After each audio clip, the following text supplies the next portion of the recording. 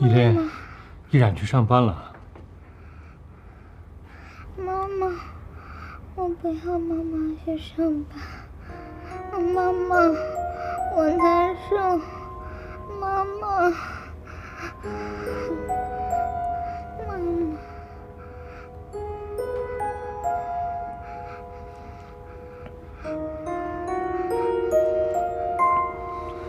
哥马上回来。梅兰妮，梅兰妮，梅兰妮。啊。依琳这边快好了，然后药在桌子上，你一会儿按时给她吃。我有事去找依然。行，赶紧去吧。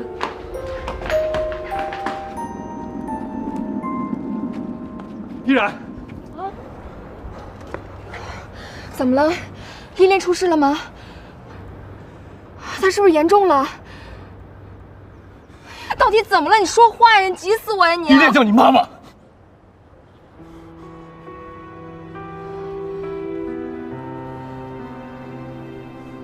依琳是你女儿是吗？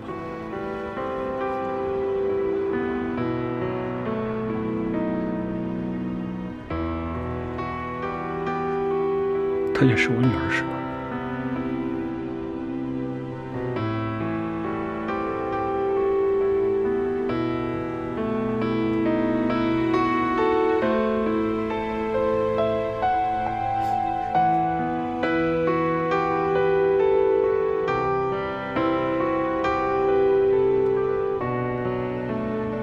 你怎么不告诉我？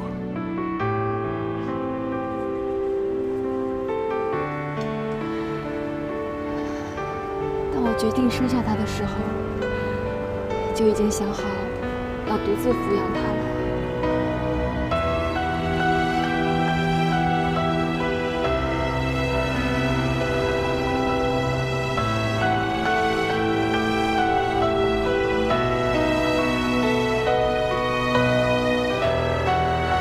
让你受委屈了。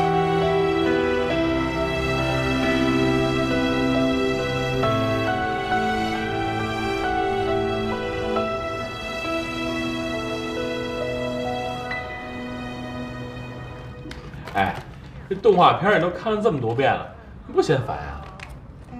我喜欢看。依恋，哎呦，回来了。没事了你啊？我看看。梅兰妮姐姐给我喝了口糖水，我就好了。是吗？那依琳，今天想玩什么？我晚上还有舞蹈课。咱不去上课了，和少宇帅哥好好玩，好不好？好吧，那你进我屋里去玩吧。我们进屋去玩，走。歇会儿再玩啊，这病刚好呢。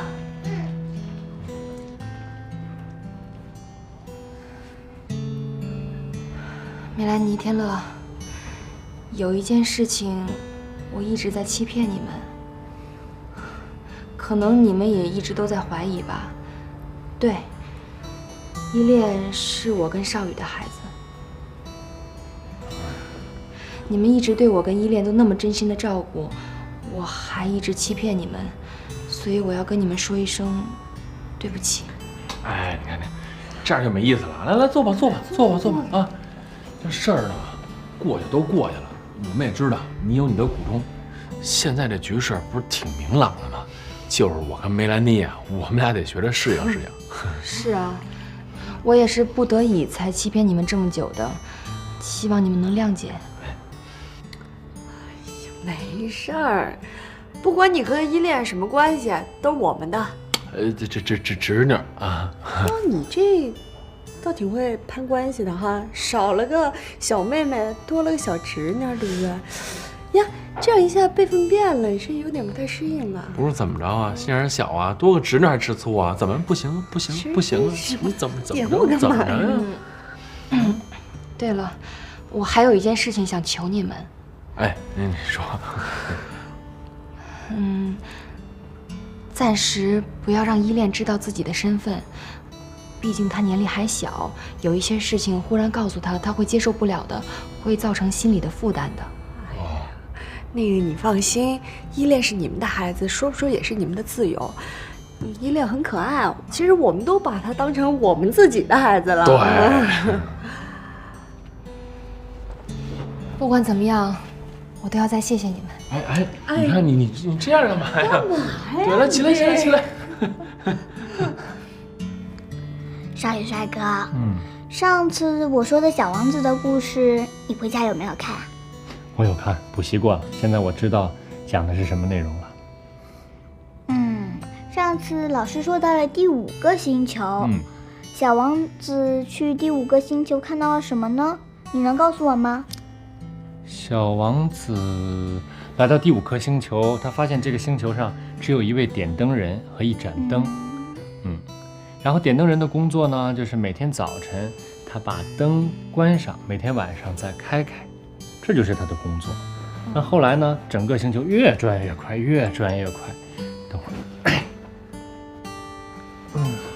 少宇，请不要这么快告诉依恋这一切吧，他年纪小，需要时间接受。好，我知道了。好了，接着讲。后来星球越转越快，越转越快，他就没有休息的时间了，因为他要不停地开灯关灯，开灯关灯。所以到那个时候呢，小王子最佩服的人就是这个点灯人。他觉得虽然他没有休息的时间，但他还是会很认真的完成。爱宝，你先别收东西了，赶紧出来，我有话问你。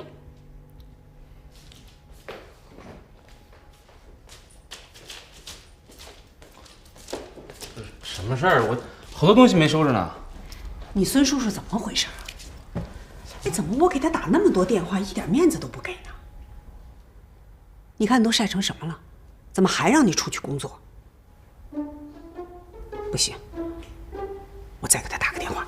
哎妈，不是你给我留点面儿啊，留点面儿。你看你儿子都这么大了，你有点事儿就往公司打电话，同事都笑话我了。再说了，你看怎么不派别人去啊？单派您儿子去，那是看得起我。孙叔都跟我说了啊，说这回这事要干好了，我就能升职，而且还有奖金呢。升职啊？你孙叔叔说的？啊？哎，这可是你工作以来第一次升职啊！哎，这个机会不能放弃。对，要去。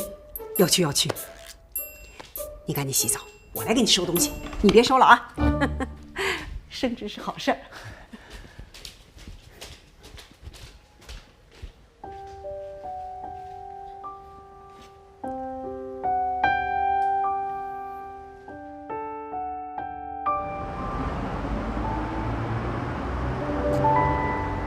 这个谭少宇是什么意思呀？把我们叫过来，自己迟到。这家啊，应该送依恋上学了，人家现在当爸爸的人了，理解万岁啊！我现在想起来都觉得特别神奇。当今社会，居然有一个女人改名换姓，偷偷生下孩子，以妹妹的身份隐瞒住了身边所有人。哇，这种智商可不是一般人能完成的，就跟那种搁在国外绝对是女特工柯克伯之类的。哎，看人依然，再看你，没法比啊！我怎么了？不管是从这智商到情商，你说你跟依然能比吗？咱就说这女人啊，得经历多少事儿，才能把这么多内心丰富的情感隐藏这么深啊？平时是啊看不出来，其实内心早已波澜壮阔。你想想啊，我觉得依然吧，其实挺让人心疼的。哎，这人家的媳妇儿，你心疼什么呀？你这种看到漂亮姑娘就心疼的毛病，可不可以去治一治？我，哎，不好意思，来了。我这一大早晨先去把依恋送到幼儿园，又去超市把这个月工资给结了，够折腾的。这是我认识的谭少宇吗？现在柴米油盐酱醋茶什么都自己来了。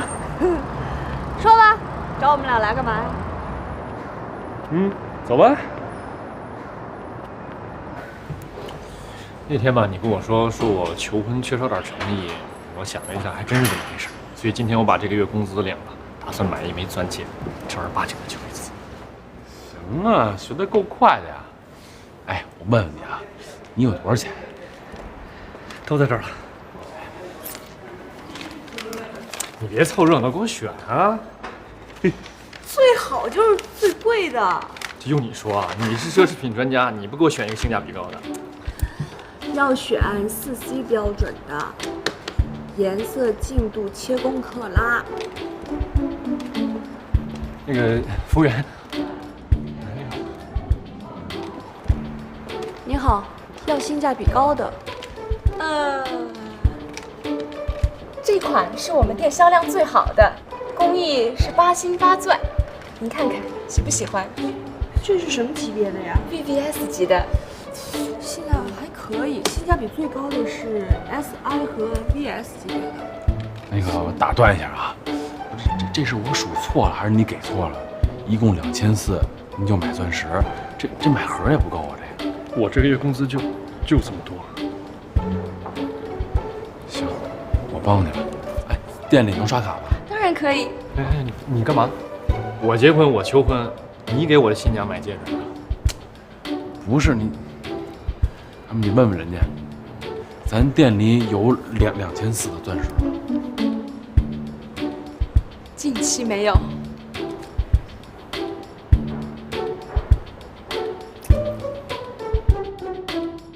天乐，少宇，你过来看看，快点！哎，快点来看一下。什么呀？找了一家网络直销店，钻戒都比外面便宜，掺着20分，行不行？这网络直销店靠不靠谱啊？哎呀，人直销店都已经卖了好多了，人家的房租、水电、人力全省了，就是会比外面便宜，可以吗？反正是没想到我也有今天，连个戒指都买不起。行，就订这个。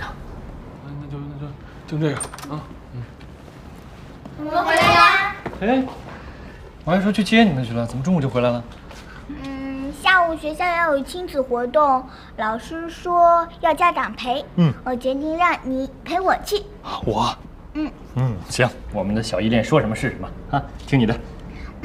我先回屋换身衣服去，你也换身漂亮的衣服啊。你下午要好好表现啊。走了，换衣服去了。完了，无视我的存在。小宇哥，今年咱俩配合的真默契，第1名。对啊。你说是你聪明点还是我聪明点？当然是我，没有你聪明啊。我觉得是我俩一样聪明。我用我新学的一个新成语叫做不分伯仲。这你都知道？那谁是伯，谁是仲啊？等会儿。这个电话。喂。行，我知道了。马上回去。怎么了？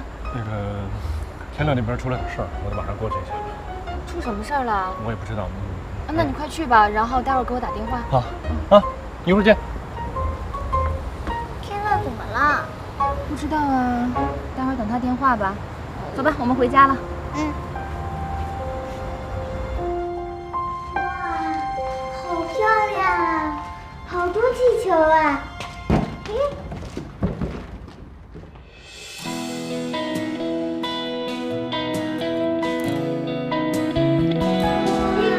来，快点！哎，怎么回事？你干嘛去啊？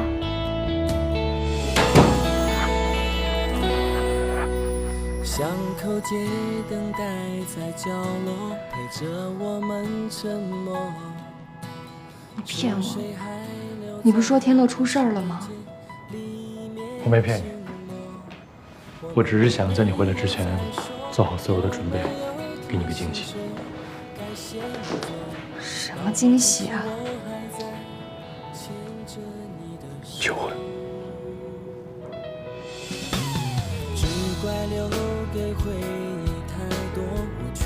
少宇，你想好了吗？这一切是你想要的吗？为什么这么说？我觉得你真傻，你真的不应该为了我离开公司，也不应该为了陪伴我去超市当一个搬运工。你应该回到原来的位置。我原来的位置，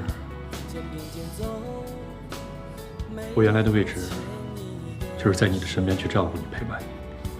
因为我缺席了8年，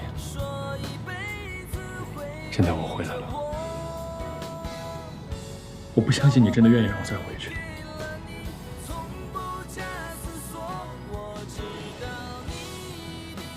依然，你离开了我8年。这8年里，我只知道你离开了上海，有了我们的孩子。我不知道你为了这个孩子，你到底受了多少委屈，我也不敢想。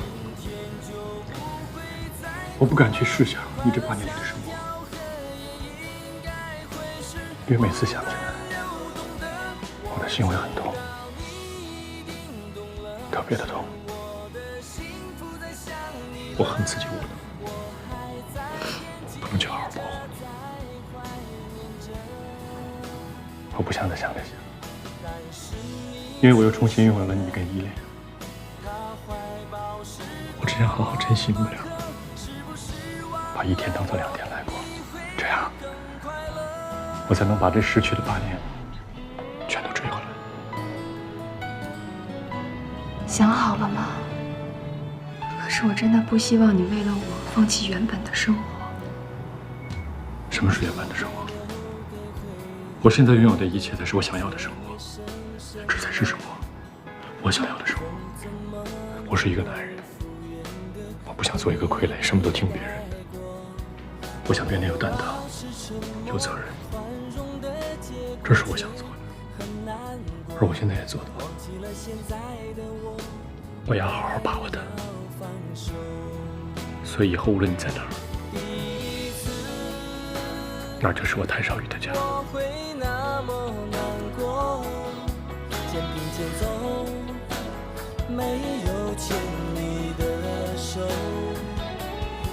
以我现在的经济条件和状况，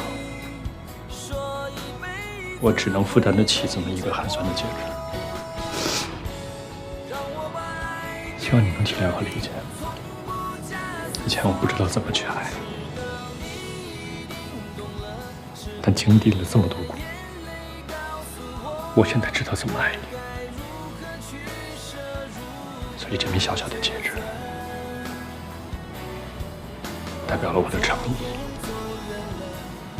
我的爱意，好，我要对你负的责任。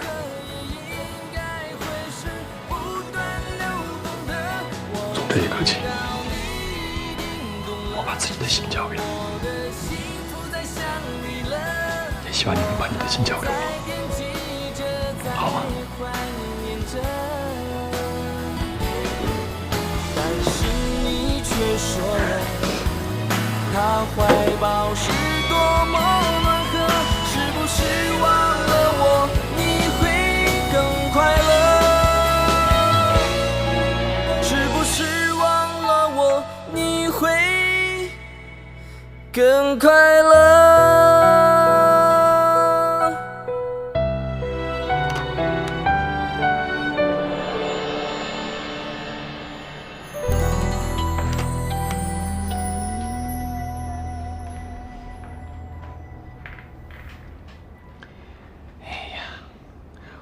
我把他们最幸福的时刻、最激动的时刻都给他拍下来了。嘿嘿。哎呦，你至于吗？你激动成这样干嘛呀？怎么不至于了？我说你是榆木疙瘩，你还不承认？这么感动的话，谁听了不感动啊？再说这场景，我还帮着设计了呢。哎，你有没有想过，你未来希望的那种求婚仪式是什么样的呀？我原来吧就觉得，求婚一定要在最高级的西餐馆里边，然后很大的钻戒，玫瑰至少要999朵，然后私人管弦乐团伴奏，在海边，就那种一出餐厅就可以看到大海的那种。这，但我现在吧，经历这么多，我对这个幸福的定义已经改变了。老话，平平淡淡才是真。我不怕你笑话啊。我从小就觉得哆啦 A 梦和 Hello Kitty 应该是一对儿。我特别喜欢粉色，所以我觉得我就是 Hello Kitty。特别特别希望能找到属于我的那个哆啦 A 梦。至于求婚仪式吧，钻戒并没有那么重要，钻戒大小也不等于幸福啊。如果这个人我爱，怎么着都行；如果我不爱他，怎么着都没用。说的没错。你们在看什么呢？啊，我们没看什么呀？这个你不能看。我为什么不能看？因为你小啊，这个等你，等你长大了，你就能看了啊。那我什么时候长大呢？你什么时候啊？你什么时候长他这么高了？你就算长大了。哎，对，行了啊，去玩去吧，玩自己去吧啊，去吧，乖。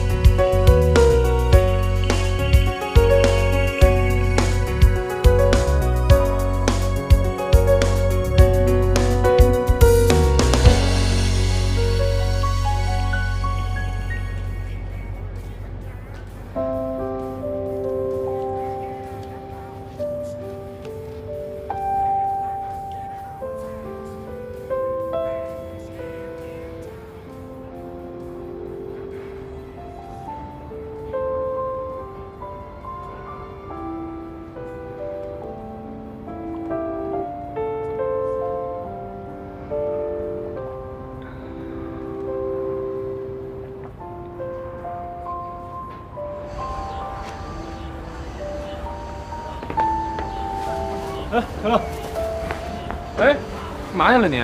依然干洗的衣服帮拿回来。哟，这才多长时间呀？刚表白完就晋升成这家庭妇男了。不是，这男人跟女人一样，一旦跟自己喜欢的人在一起了，你干什么都不累，都愿意。哎呦我的妈呀！你是我认识那谭少宇吗？啊，是啊，只不过这谭少宇现在见不着依然吧，真是吃不下睡不下。哎呦，他描述的这个太幸福了啊，让我各种这个羡慕嫉妒恨啊。也有难的事儿。你说这依恋吧，每次叫我少宇帅哥的时候，我就觉得心里挺难受的。我就想把一切都告诉他，让他叫我声爸。但你想想吧，这一切都说了的话，他岁数这么小，我怕他接受不了。慢慢来吧。对，这事儿啊，别着急。你跟这依然呢，毕竟是有感情基础的。但是你跟依恋呢，得慢慢培养感情，你得陪着他呢，慢慢长大。毕竟呢，你已经错过了7年了，以后这日子千万就别再错过了。这我知道。但你别光说我，你这跟美兰妮呢，拖了这么久了，也不找个合适的时机表白一下。毕竟你跟这美兰妮的情况跟我和依然还不一样。你说美兰妮长这么漂亮，年轻，人又好，改天让人追去了，你得难受死。我这不是也想了吗？就是没找着合适机会。这还有什么合适机会？你不是诚心的吗？我是诚心的呀，我这诚心天地可见呀。那不就得了吗？就表白吧。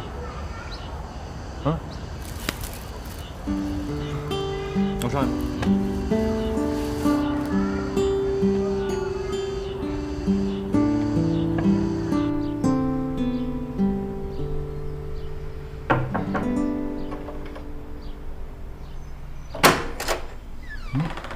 经理来了啊，进来。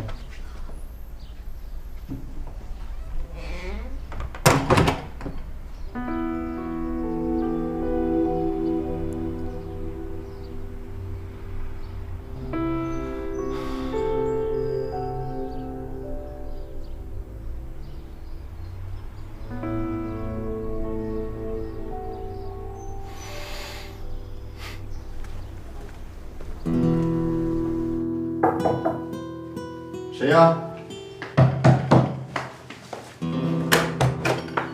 你找谁？刚刚是不是有一女孩进去了？叫薛晶晶。你找我们家教薛老师。家教？对啊。你是他什么人？哦，我是他朋友。你是他朋友啊？哦，那进来。那进来，我把你叫。哎，好，谢谢啊。对。哎。你先稍等一下，我就给你叫。哎，好，谢谢你啊。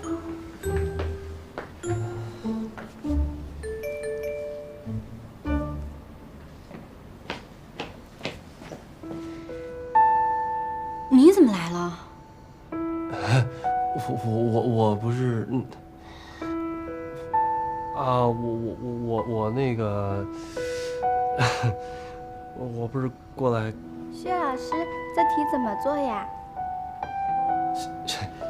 这是你。走，我们回去做作业。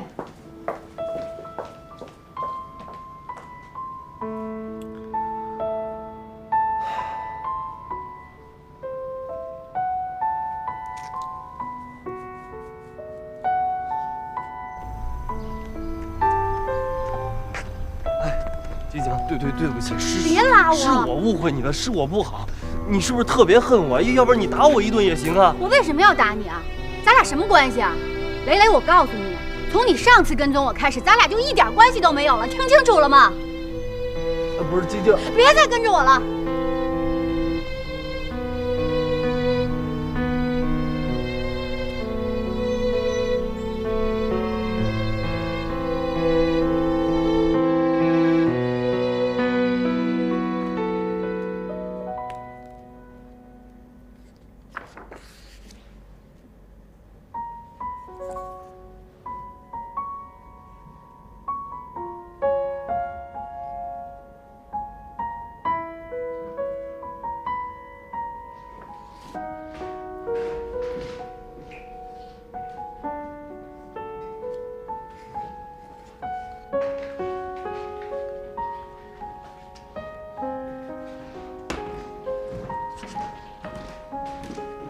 哎，你忙什么呢？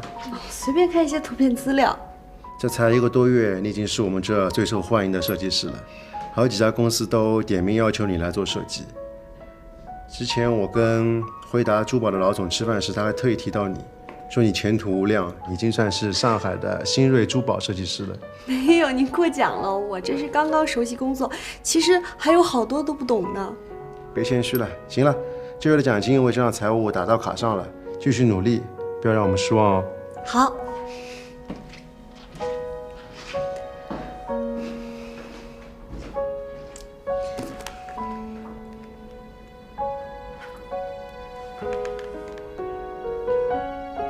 喂，天乐，我们领导夸我了，啊，还说我是新锐珠宝设计师呢，哼，赞吧。你这设计被人认可了，我也觉得我倍儿有面子。这军功章怎么着也得有我一半吧？哎，我觉得啊，咱干脆找个地方庆祝庆祝吧。哎，你还记得上回咱玩那旋转木马那地方吗？旁边2楼有一西餐厅，咱就定那儿了，好不好？哎，对，行嘞，我呀收拾，马上就来啊！行，晚上见。哎。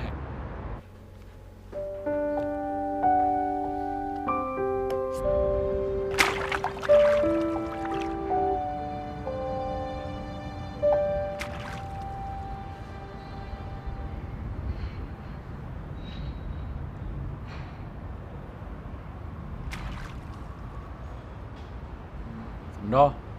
有什么事想不开，非要跳河自杀呀？啊？我又跟踪薛晶晶去了。啊？她去人家公寓里边，是给人家当家教去了。我误会人家了。哎呦，你误会人，你赶紧跟人解释一下，把误会解开不就完了吗？我解释了，他不听，他让我以后别再找他了。我觉得薛晶晶这回都快恨死我了。不是你吧？你这误会啊闹得有点大，我估计人徐晶晶呢一时半会儿啊还生你的气呢。你先得想办法把这气儿给消了，再跟人好好道个歉，没什么大不了的啊。我就不明白了，你说的当家教他为什么不告诉我一声啊？我都跟他说了，我能照顾他。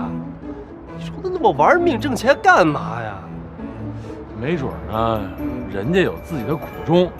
我觉着啊，你把这事儿啊问问清楚，别把这误会呢越闹越大。我觉得他这回啊是肯定不能再理我了。听我的，别气馁，相信你自己。你呢，得让他感受到你的诚意啊。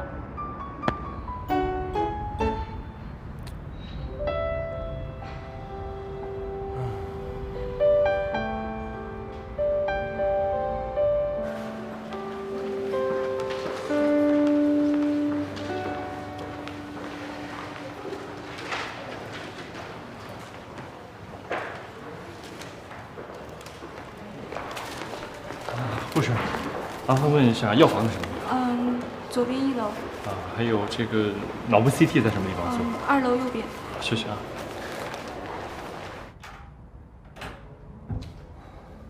我回来了。你干嘛去了？怎么了？我这给你打电话，你手机关机。经理说你这一下午都不在超市，你都去哪儿了？你给我打电话了？对呀。急死我了！嗨，没电了这。没有，我这送了依恋之后回来，突然头疼，正好顺路就去医院做了个检查。没事吧？没事，开药了，还做了个 CT， 说是后天去拿结果。不是你怎么会头疼呢？你经常疼吗？偶尔吧，是不是这一段有点累着了，休息不规律？那你以后有什么事儿要提前跟我说一下，要不然我会担心的。你会怎么样？我会担心你啊。担心我？啊。有了老婆就是好吧，都知道担心我了，真幸福。谁是你老婆了？哎，不是我老婆的话，那这手上戴的是什么呀？而且那天就在这块儿啊。没有。然后戴上了它，还抱得挺紧，不是吗？不是。哎呀，痒！就痒才搁着你。痛了。吃晚饭了吗？我吃药了。坏人，我给你热饭去啊！我是吃饭呢，还是吃你呢？坏人！哎呀，吃饭了，你好了，谁让你痒痒再吃再吃？快点都拿进来！我帮你端。哎，咱俩认识多久了？小半年了吧？那你觉得我这人怎么样？你固执，大男子主义，说话还特贫。啊，我在你心里就这印象。这几个词儿可以换一种说法，坚持，做事有毅力，爷们儿，然后就是说话很幽默。最重要的，我觉得你很善良。我妈以前说过，衡量一个好男人的标准就是先要看他善不善良。以前我觉得这话挺普通的，现在想一想，还真是。如果一个人善良的话，就不会去伤害别人，即便他具有伤害别人的能力。那你觉得我怎么样？就是一开始啊，我觉着你有点那个目中无人，有点那个娇气，那个有点那种被人宠坏了大小姐的感觉。后来我发现你这人也挺仗义的，而且也特善良，就是没有那种女孩子身上的娇柔造作。反正我一直认为啊，这美的第一要素啊，就是那个真实，那个自然。我觉得这些你都具备了。哎呀，那个，你不会是因为我今天请你吃这顿饭，所以在这夸我的吧？不是我是发自内心的。你要觉得我是假的，那什么，那这顿饭就我请。不用，那酒后逢知己，咱们碰一个呗。来，碰一下。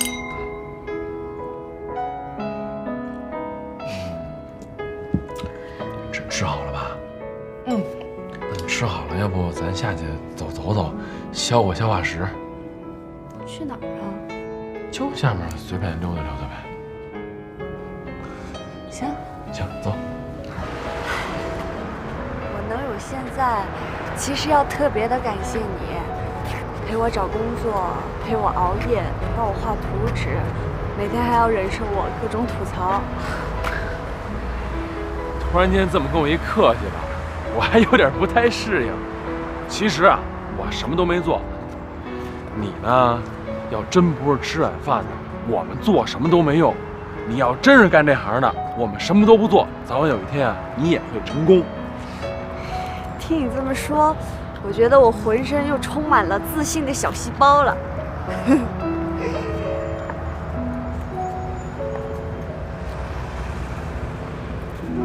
明天了。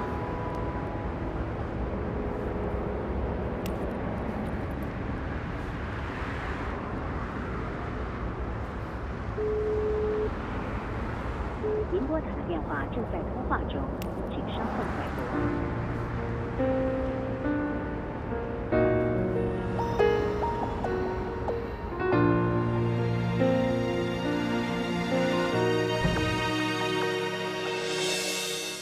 天空很蓝，世界好大，爱是否会悄悄消散？你是否感受到我为爱发狂？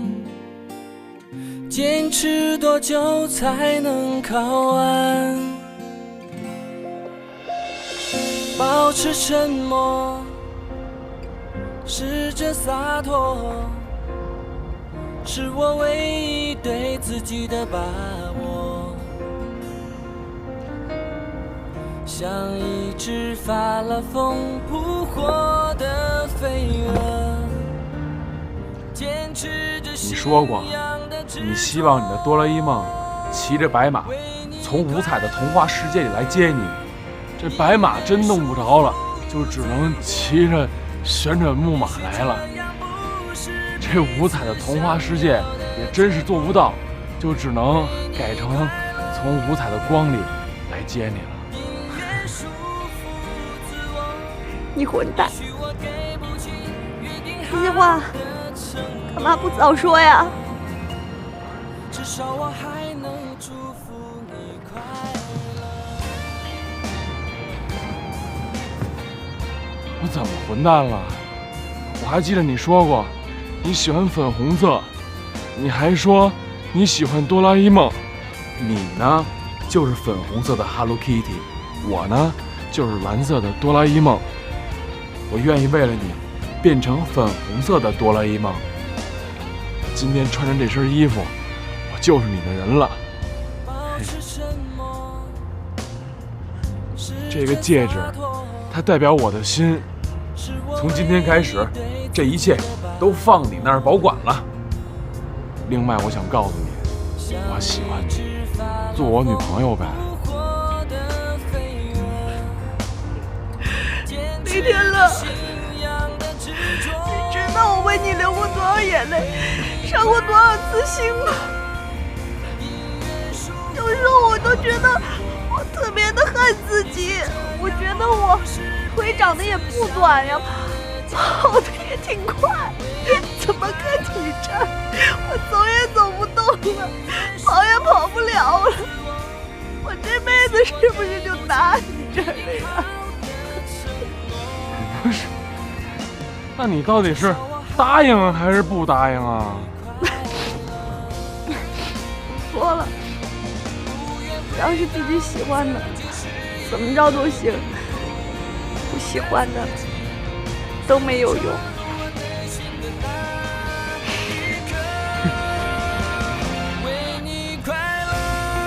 哎，那是无名指，咱这又不是求婚。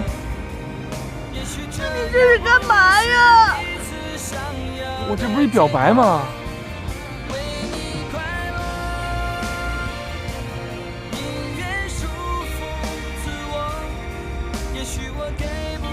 那戴这儿什么意思啊？名花有主。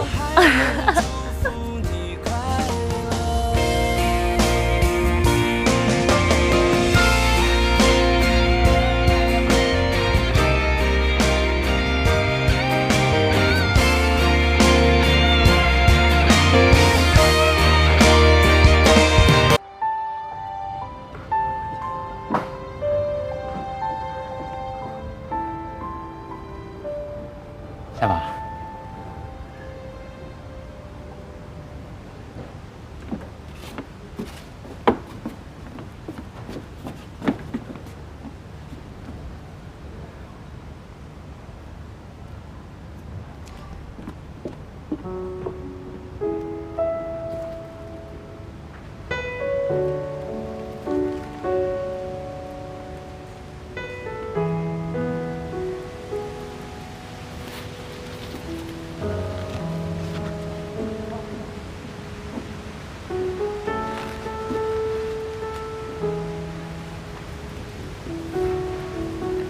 夏宝，你这2天怎么不理我呀？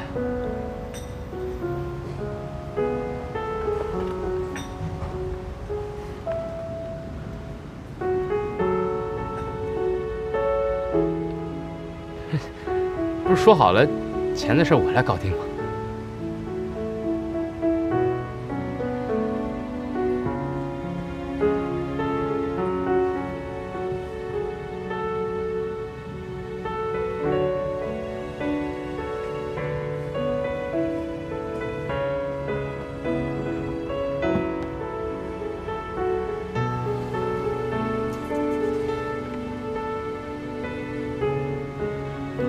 老板说了，定金不着急。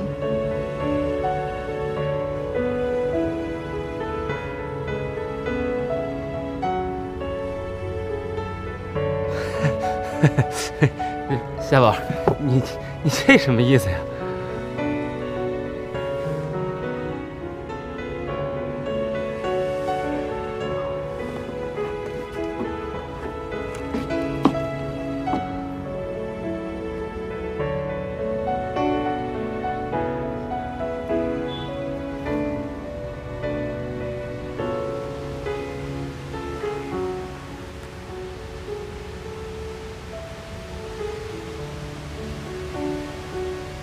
就是他吗？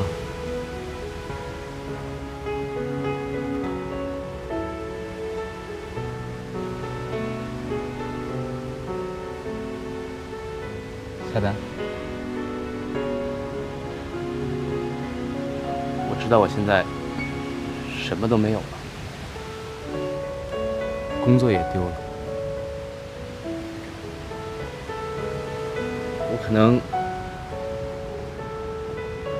配不上你了。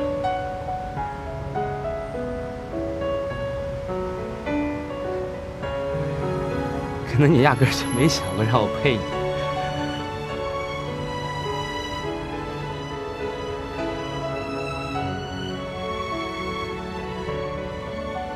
你是早就想好了是吗？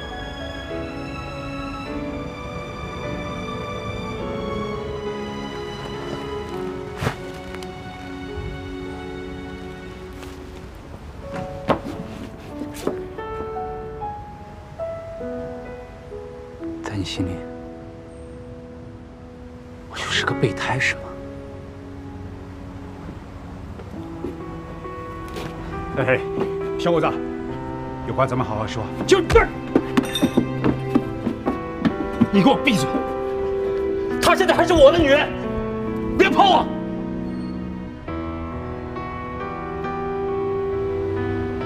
你跟我演了这么长时间的戏，在我心里你就是我的女神，你知道吗？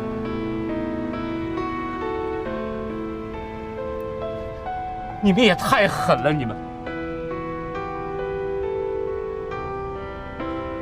我心都掏出来给你，你还是人吗你？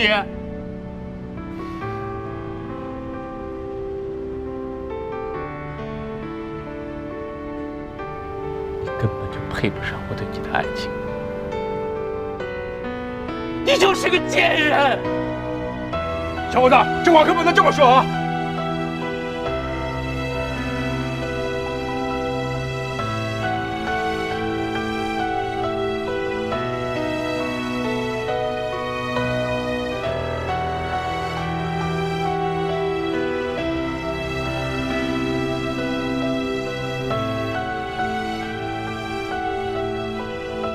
你说的都对，我欺骗了你，我们分手吧。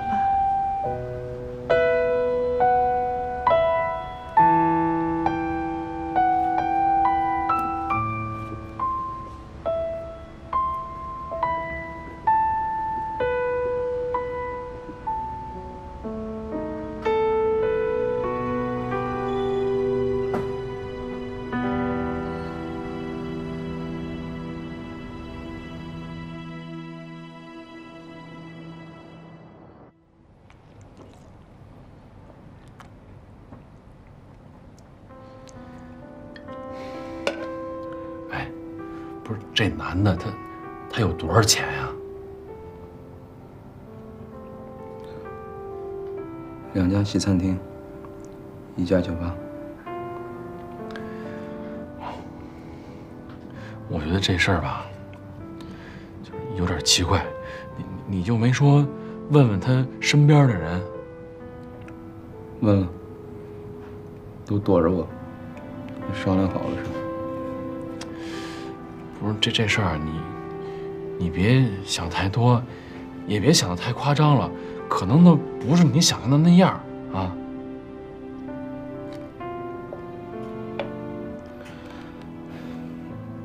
他当着我的面跟我说分手，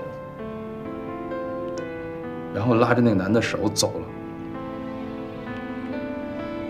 我特想当自己什么都没看见。我不生气，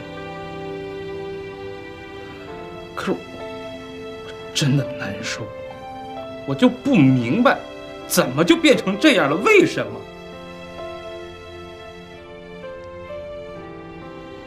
可能是为了让彼此的生活变得更好。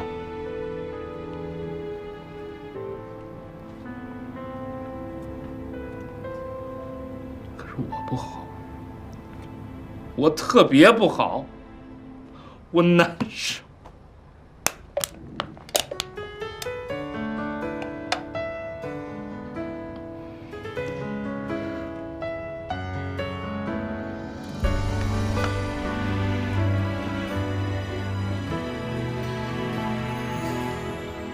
你的话像一根刺，扎在我心里最重的位置，也许这就是你想要的方式。忘掉所有的故事，要你在我心中突然消失，也许这不是那么容易的事。我的痛却不是一下子，我努力做你想要的样子，我尽力了却又把自己找回来，每次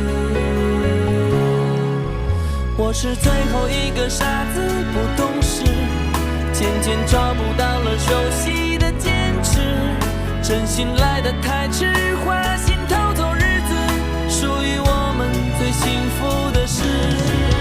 我是最后一个傻子，不自私，我们都输给了寻常的日子，浪漫磨成理智，爱变得不真实，因为爱本来就没有万无一失。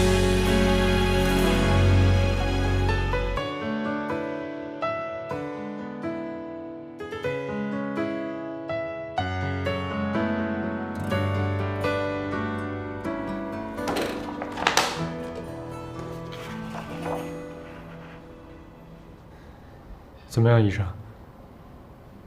没问题吧？检查结果检查结果怎么了？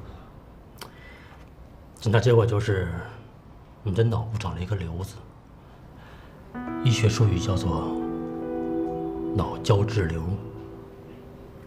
脑胶质瘤什么意思啊？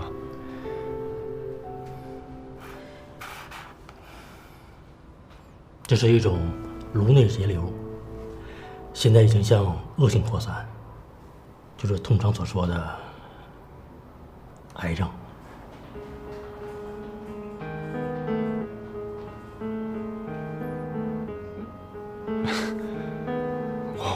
我不可能特害怕，我之前做过检查的，状况都是好的，没问题啊。恶性脑胶质瘤体积小，潜伏期短，一般也就是2、3月时间就会发作。你的瘤子体积小，但是位置很深，周有很多的重要结构。如果手术的话，会非常危险，几乎不可能成功。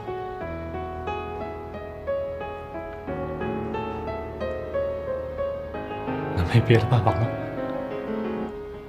这样吧，我帮你留意一下。按照一般临床经验来看，即使有治愈的可能性，也会有后遗症，就是脑部神经受损。毕竟是脑部手术，里面很多神经是粘结在一起的。如果是后遗症，或是手术有什么不好的结果的话，会怎么样？会怎么样？比如说局部瘫痪，或者失明之类的。那如果我不接受手术，或是不接受任何治疗的话，我还有多少时间？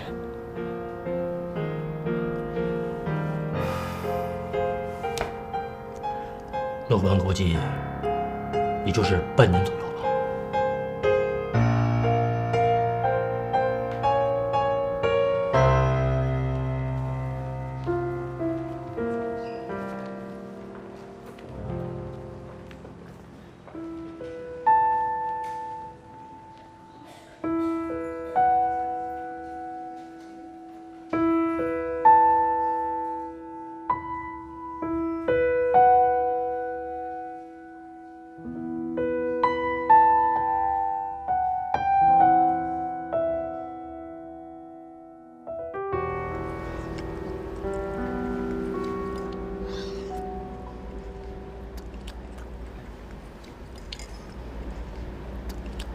还想吃什么？我再买给你。这么多啊，够了。依然说过，女孩子啊不能多吃甜食的。少宇帅哥，你怎么想到下午来看我啦？我想依恋了。你想我了就可以随时来看我啊。是啊，我现在不就来了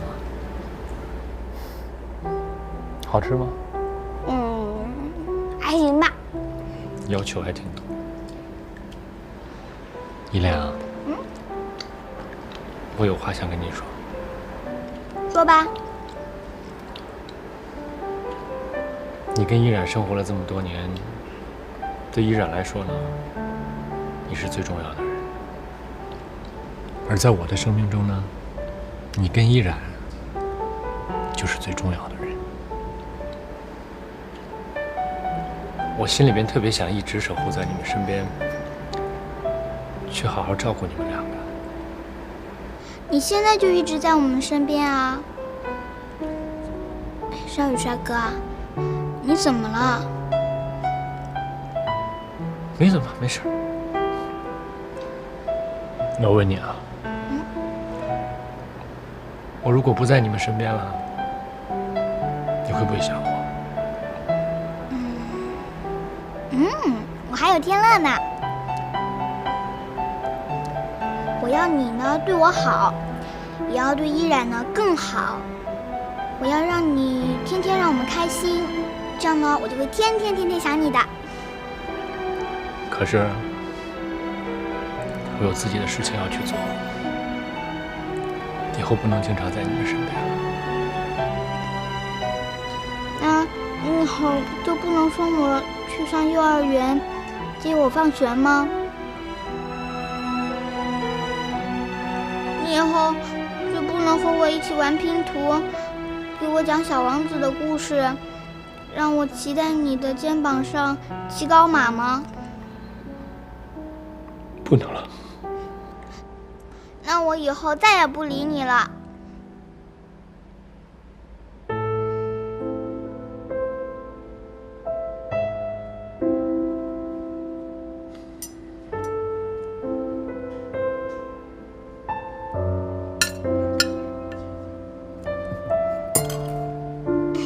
骗你的。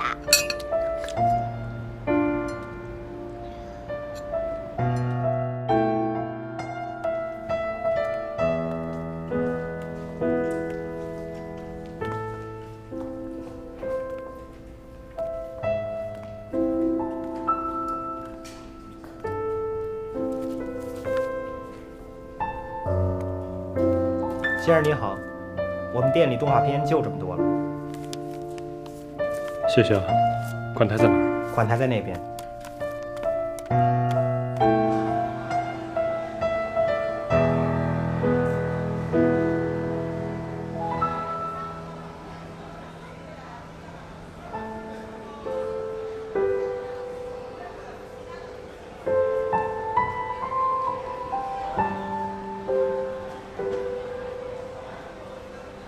你的脑部长了一个瘤子，医学术语叫做脑胶质瘤，现在已经向恶性扩散。如果手术的话非常危险，几乎不可能成功。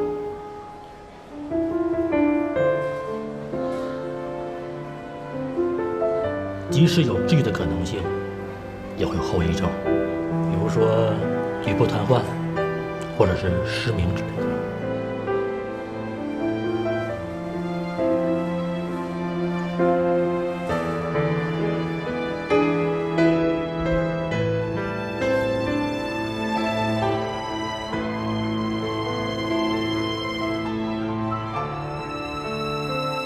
只要跟你在一起，没钱我也会很快乐。你的脑部长了一个瘤子，叫做癌症。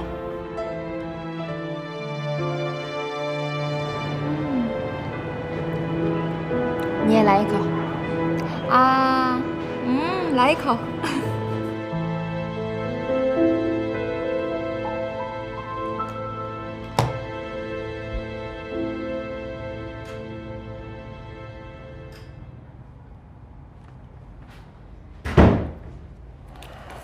我回来了。啊，回来了。哎，在这儿呢。累了吧？来，快坐这儿。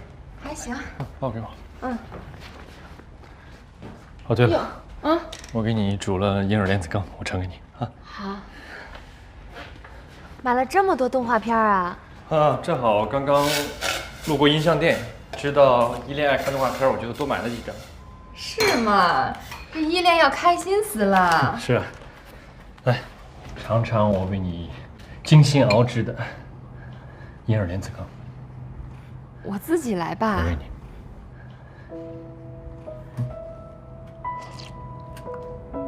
怎么样，好吃吗？好甜啊！再来一口。好喝。我还在想呢，等过2天咱们俩串休一下，带着依恋去郊区玩一下吧，呼吸呼吸新鲜空气，放松放松。好，就这么定了。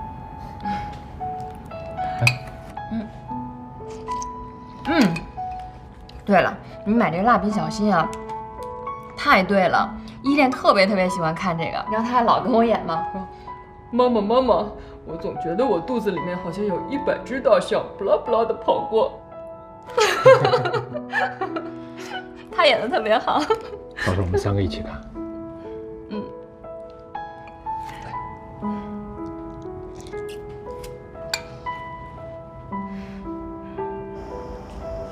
麻烦你交给他，谢谢。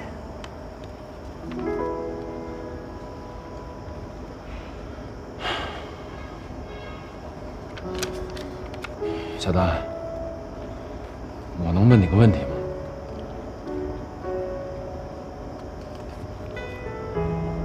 你真的和那个人？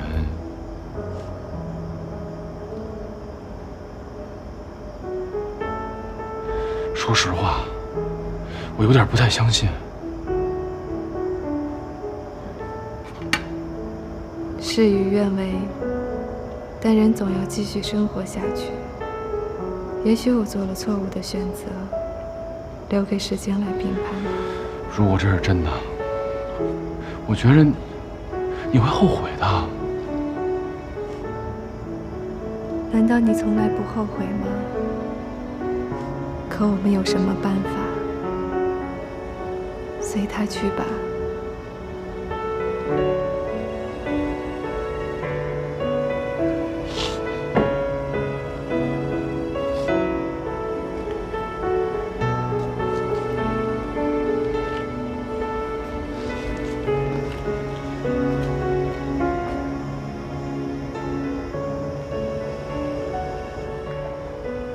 我不管小丹她为什么离开我，这段感情对我来说太刻骨铭心了。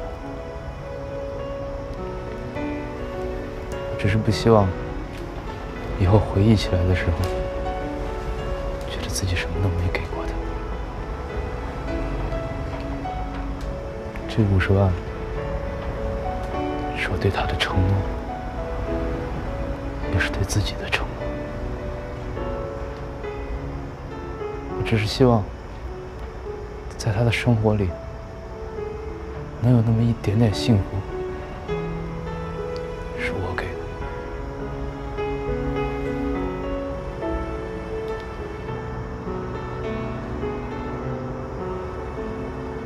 兄弟。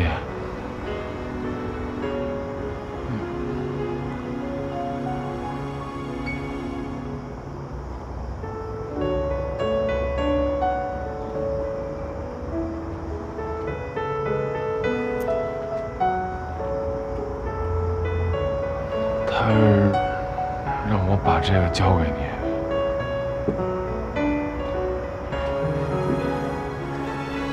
没事，多大点事儿。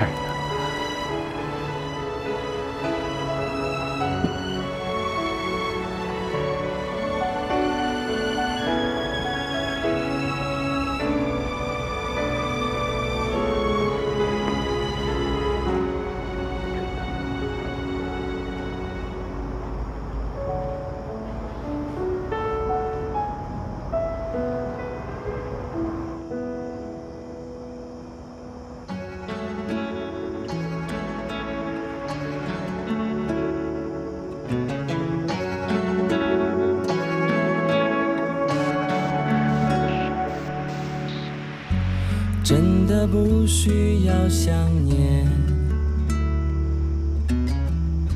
下一个没有我的明天，在海平线的那一边，你最向往的世界。别怕飞得多遥远，把一切留恋停在分别之前，没什么会觉得遗憾，眼泪笑了的瞬间。